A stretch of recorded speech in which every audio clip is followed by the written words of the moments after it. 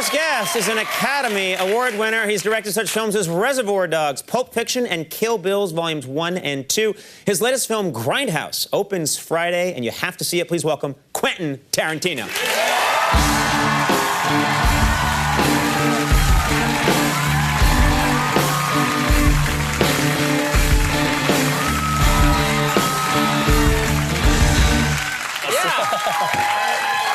That must be,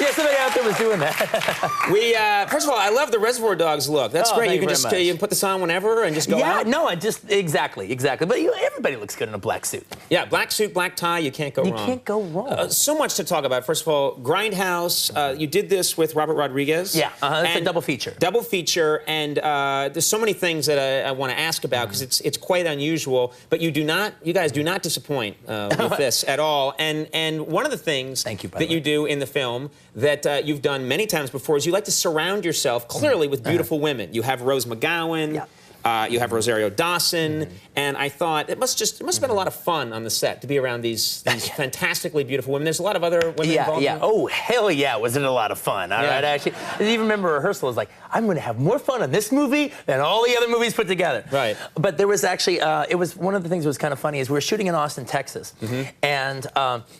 There's that's a big roller derby town, actually, because they got a lot of female roller derby, the TXRD out there, bank track. I'm all about the bank track. Anyway, got to know these girls a little bit, and they taught me about a little thing I'd never heard of before called Irish car bombs. Irish car bombs. Yeah. I guess. Yeah. Now, I'm talking to the Irish guy. Do you know what an Irish car bomb is? I know. I do not know what an Irish car bomb is. Okay. I knew what it used to mean, but I don't know the new connotation. Yeah, outside of Belfast. Yeah, in the 70s in Belfast. Give me an Irish car bomb. What is the? It's a drink, I'm guessing. What an Irish car bomb is? I love guessing it's a drink. Yes, exactly. Irish blank. Yeah, a drink, right? Yes. An Irish car bomb is a pint beer glass filled up to 3/4 with Guinness. Yes. And then you have a shot glass, half of it with Jameson whiskey, the other half Bailey's Irish cream. And what you do is you drop in the shot glass into the beer, and then you drink it as fast as you can before the Bailey's curdles. Which would be pretty quickly, Which is pretty damn quick, actually, to tell you the truth. And, I mean, like, there's no, you've got to, like, gulp and drink and There's no get it time down. to not swallow the shot glass, pretty much. You have to just ingest the whole thing immediately. And by the way, I can't say what it looks like if you don't drink it soon enough. I can imagine, But you can imagine, and it's like a show going on in the glass. It's bad. Right. Anyway, I get the idea that since I've been taught this new wonderful groovy thing, that I'm acting in the bar scene of my movie, I'm gonna do an Irish car bomb on camera, and I'm gonna do it with the other roller derby girls. Right. And so the camera's gonna do a whole big 360 as we all do an Irish car bomb. It's one of those cool shots where you just go around. There's no edit. You go, exactly. Just going around as we're all like, drop it in. Right. So the thing about it is, like, you can't fake that. I mean, it's disgusting enough when it has the real booze in there. You can't substitute it for anything else. Right. So it's like the last shot of the day, and I'm like, okay, well, if we all get a little messed up, what's the last shot of the day? Who cares? And it'll all be all good. So I'm telling everybody, I'm like, oh, God, you can't be messing up. I don't have to do this again and again and again. All right. So we do one take. Well, that wasn't bad. Well, let's go for another one. All right. So we go for another one. Another one. We do 3 of them, and now we're feeling pretty good.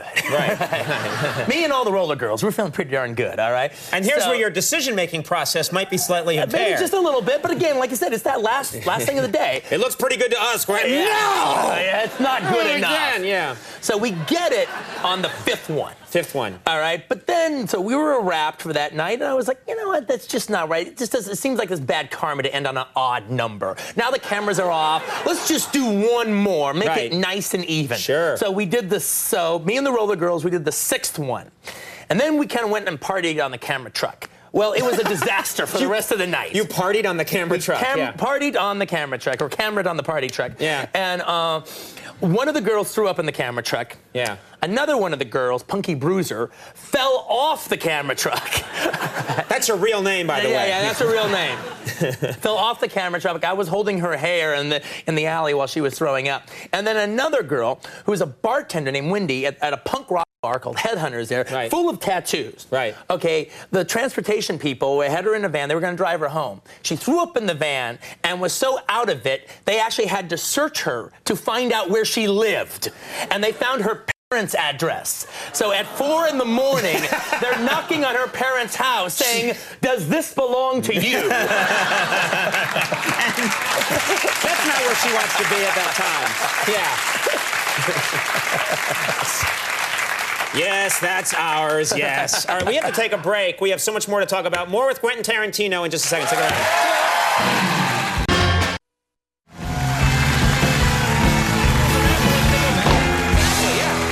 We're back. I'm here with Quentin Tarantino. We're talking about how you surround yourself with beautiful women, and one thing I've noticed is that you write very well for women. Your dialogue for women is very good. You've been very successful at making them, tough, believable action heroes. What's the secret, you think, for writing for women? Well, not to be facetious. I mean, the thing is, but I'm a good writer. Yeah, right. But you know what's interesting? Is that's clearly been established. But I think a lot of people who are good writers have trouble writing for the opposite sex. Well, part of me just doesn't quite understand that, because I mean, if you can only write about yourself, then you must not have that much imagination. It's kind of a writer's job to listen to people and hear people talk. Right. But I do have a little bit of an edge. I have a lot of female friends. I just feel comfortable around the camaraderie of females and everything. I just noticed, for instance, Robert Rodriguez is one of my best friends. But I don't hang out with a group of guys when I'm with him. It's just me and him. Right. All right. Any other of my male friends that I really like, it's like me and them, and that's it. But with girls, I do have a tendency to hang out with these 3 girls over here and those 4 girls over there. And then I'm just kind of part of, I'm just one of them. We're all just hanging out. So you think at a certain point they get so comfortable around you that they, if they are putting on talking differently around men, they forget and they talk normally around you? Completely. And if there's one big thing that I have noticed, all right, that I probably wasn't aware of before, was just the fact that, if you're a gentleman and you go out and you have a date, you don't call up all your guys and say, hey, I scored with her. Well, what happened? Well, I did this, and I did this, and I did that, and I did this. All right? That would be rude if the gentleman doesn't talk, all right? Girls don't have that problem at all. Yeah. I mean, not at all. Right. All right? I mean, if 3 girls know that one of their girls is going out with whoever, all right, they are on the phone with them.